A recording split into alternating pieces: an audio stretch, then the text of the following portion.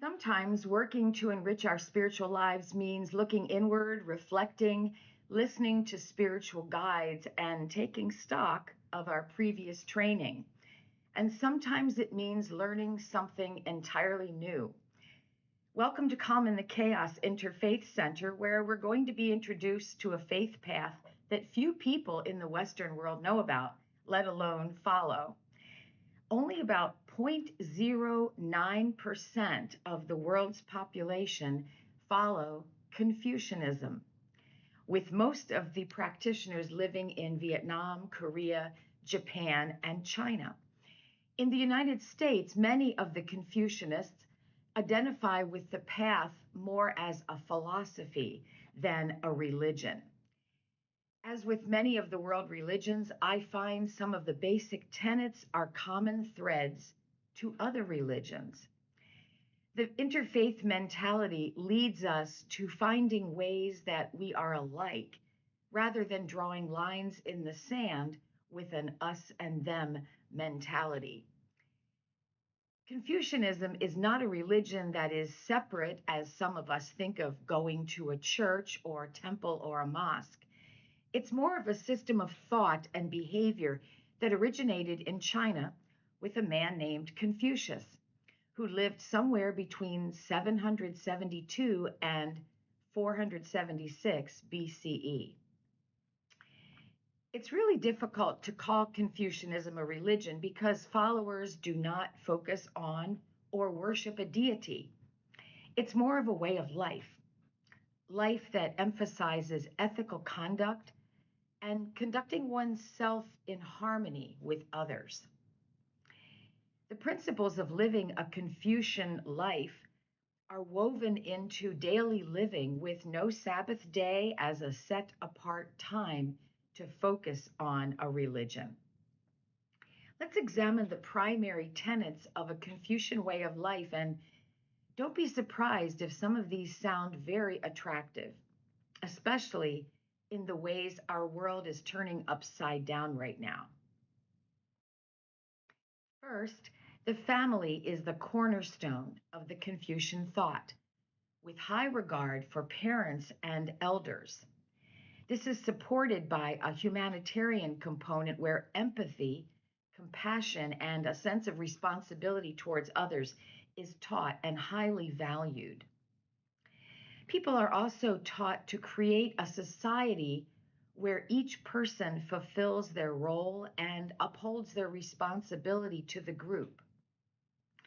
One of the key elements of Confucianism that always gets my attention is the importance that is placed on relationships and how each one of us is responsible for building and maintaining those relationships. We can feel it in our souls when one or more of these relationships is strained in our lives. And I find it fascinating that this is taught from the beginning as a tenet of healthy living in Confucianism. There are 5 critical relationships to foster and nurture. 1, the relationship between a ruler and a subject. Now, to me, this translates as a healthy respect for someone who is in charge, who's ever in charge of my life, whether it's on a bus trip and the person who planned the trip is in charge, or whether it's governing a state or a country.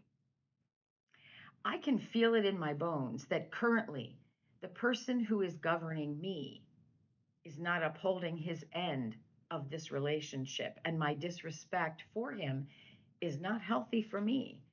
It's a constant gnawing at my soul. Second, the second relationship to revere, nurture, and sustain is that of parent and child. When a parent does not have the skills to properly raise a child, the damaged relationship affects the youth for life. Parents must actively seek knowledge in what is considered good parenting, and the child learns to respect the parent.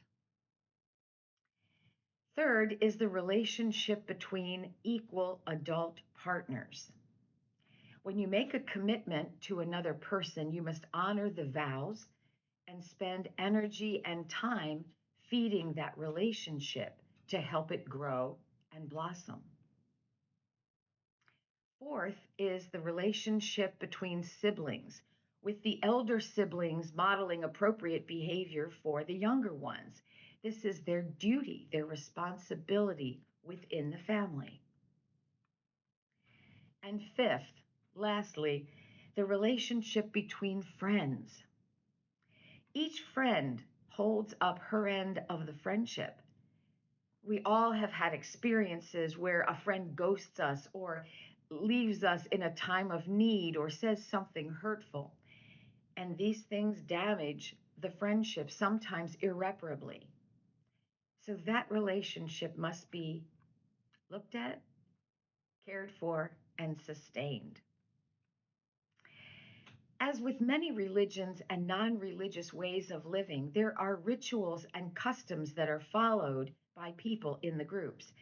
Roman Catholics and many Protestants believe in the ritual of baptism. Jews believe in the custom of each individual attending a funeral, layering shovelfuls of dirt into the grave. It is so with Confucians, as is the purposeful acting in accordance with what is right and just. The goal of all of this is to keep order in the society. Each person has the respect they deserve.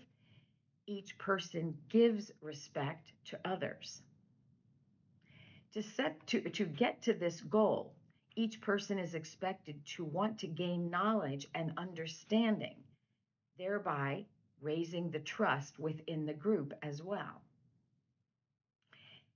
And so we have looked at some of the teachings that bind together people who follow a Confucian way of life. It's not a religion, it's a code for living. And simply put, there are truths in every religion and in every way of life that is seen as a religion. The truths are there. We are more alike than we are different. And therein lies the lesson. Let's love our neighbors, all our neighbors, and let's learn from one another.